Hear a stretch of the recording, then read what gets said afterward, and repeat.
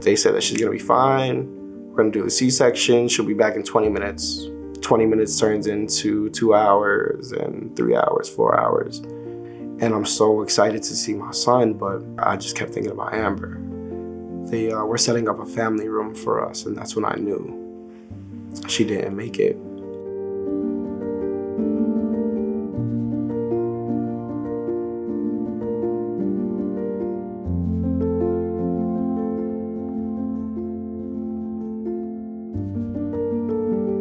Everything felt so right. We were doing good and we were escalating in life. We wanted to bring a life of our own. I was showing up to every single prenatal appointment. I was blessed to be able to do that.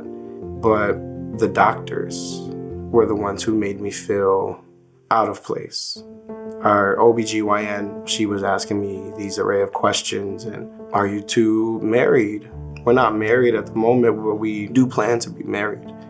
I felt very unsettled from that very first appointment. And we felt like we weren't getting the answers from our OBGYN. The neglect got so bad that I decided to reach out to midwives and doulas. The midwife called us the next day.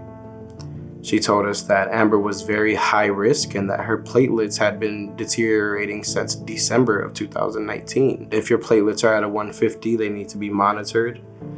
If they're dropping to a 125, they need to be monitored and prepped for treatment. Amber's was already well in the 90s.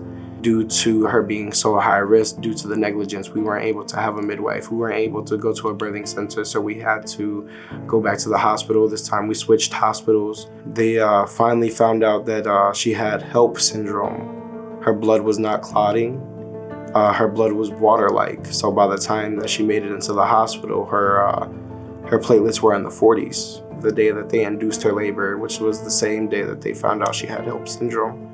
It felt like they were trying to rush the pregnancy as much as they could. Our head surgeon never even showed up for her and passed her down to a much younger team of doctors over the weekend. They're telling us, all of these procedures they have very low risk factors, constantly trying to reassure us that she's gonna be fine. They use the sense of urgency to push Amber into an emergency C-section. And we felt like that was our only option. But they said that she's gonna be fine. We're gonna do a C-section. She'll be back in 20 minutes. I'm waiting and I'm waiting and I'm waiting, and I'm not hearing anything.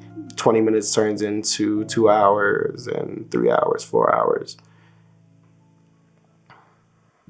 I see someone leaving the room with a bloody baby.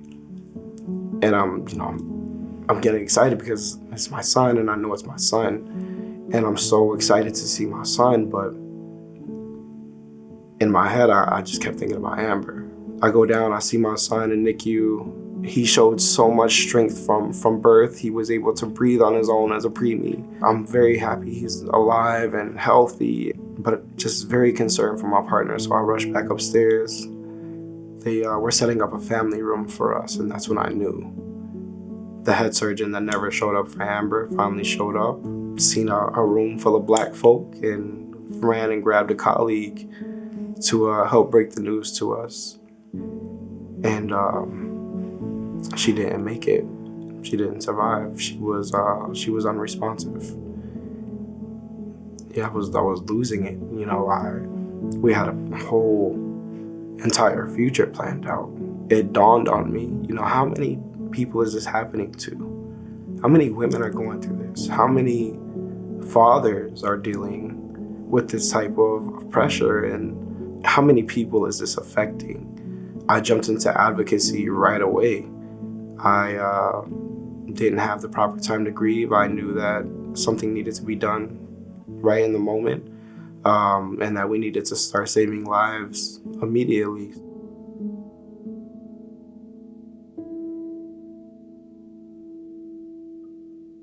When you lose someone that close, a piece of you dies with your partner, but it's also a time and a space where you can recreate yourself, who you are and who you want to be, and recreate and alter your reality from there. In order to change the system, there has to be some sort of accountability. And teaching racial bias to medical students who are, coming into this field, how this affects not only the mother, but the entire family. Women understand the changes that are going on in their bodies. And if they feel something isn't right, then that needs to be explored right away. Because God forbid, you're in a situation like mine and you don't understand what happened. After her passing, I could still feel her like holding me and whispering in my ear that, to love yourself. And, in these times where we feel abandoned and we feel alone, it's best to practice that self-love and speak those positive affirmations to yourself. We all have a power to us, and I think that we all just need to tap into it. And I really think it's time for all of us to stand up as a people and reimagine a better world for all of us that will accommodate every single one of us, no matter our creed or color. And the only way that we're going to be able to do that is if we're doing that for each other.